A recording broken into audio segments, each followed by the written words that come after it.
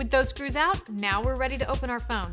To do that, I'm going to use this tool called the ice clack. The ice clack pries your phone open just enough, making sure it won't damage any cables inside your iPhone. If you don't have an ice clack, you can use a combination of a small suction cup or your spudger and opening tools to pry the phone open. Just be extremely careful not to damage any cables inside your phone. Using the ice clack is super simple. Just position the suction cups right over the home button and open the handles. Once the suction cups are fully engaged, just press the handles together and you'll have an open phone. We're going to disconnect the battery before we move on to the rest of the repair. And to do that, we're going to remove the 2 screws holding the bracket that's holding the cable in place, and then use the flat end of our spudger to disconnect it.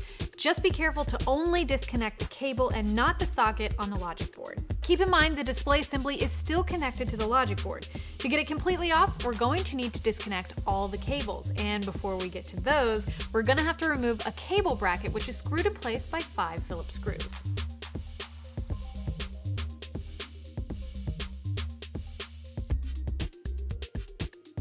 And there are all those cables. To disconnect them, I'm just going to use the flat end of my spudger.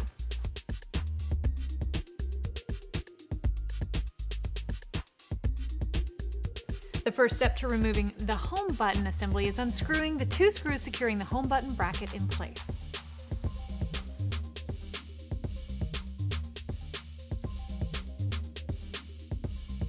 Now that we have those 2 screws and the bracket out, we're going to use our spudger to peel the home button cable from the front panel.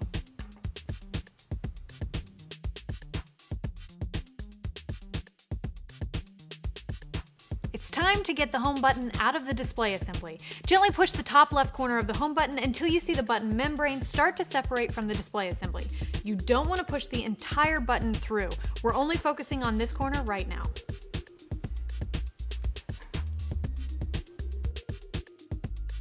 Once you have that corner up, use the tip of your spudger to release the home button the rest of the way.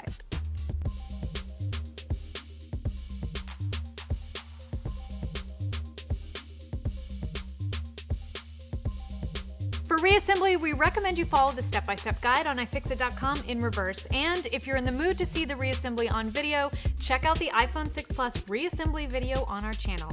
You can find all the parts and tools you need for this and many other repairs at iFixit.com, and let us know how it goes.